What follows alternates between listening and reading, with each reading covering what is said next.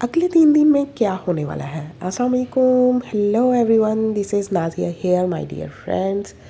आज फिर से लेके आ गई हूँ मैं एक और वीडियो आपके लिए, एक और रीडिंग के नेक्स्ट 3 डेज़ में आपकी लाइफ में क्या होने वाला है। It's a timeless and collective reading, इसलिए सभी ज़ोडिक साइन के लोग इसे देख सकते हैं। और जैसा कि आप जानते हैं मेरा गला ख़राब हुआ हुआ पिछले कुछ दिनों से, इसलिए मेरी वॉइस भी चेंज हो रही है। इसको इग्नोर कीजिएगा और मेरे लिए दुआ कीजिएगा।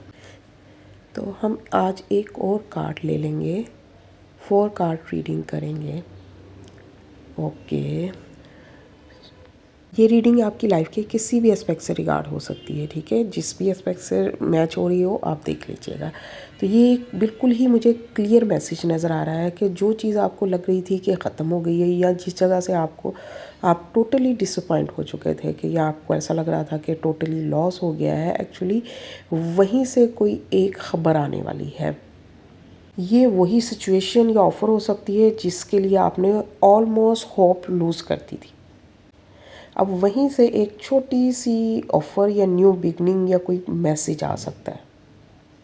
जैसे पहले जो चीज़ आपको लग रही थी कि नहीं मिलेगी या टोटली ख़त्म हो गई है, अब वहीं से एक नई शुरुआत हो सकती है, या वहीं से कोई बातचीत स्टार्ट हो सकती है, एक नए अंदाज से, एक डिफरेंट वे में।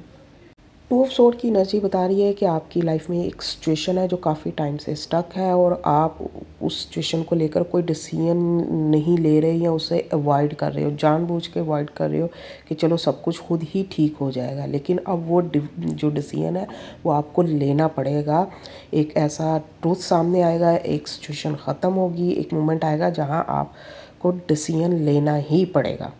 आपको सच का सामना करना पड़ेगा और एक पेनफुल डिसीजन लेना पड़ेगा, और ये डिसीजन ही आपको क्लियर डायरेक्शन की तरफ लेकर जाएगा। तो गाइस, मेरी रीडिंग से कुछ भी रेजोनेट करे तो कमेंट में ज़रूर बताया करें। डेली रीडिंग देखने के लिए फॉलो करना मत भूलें, और वीडियो पसंद आए तो लाइक ज़रूर कर दिया करें।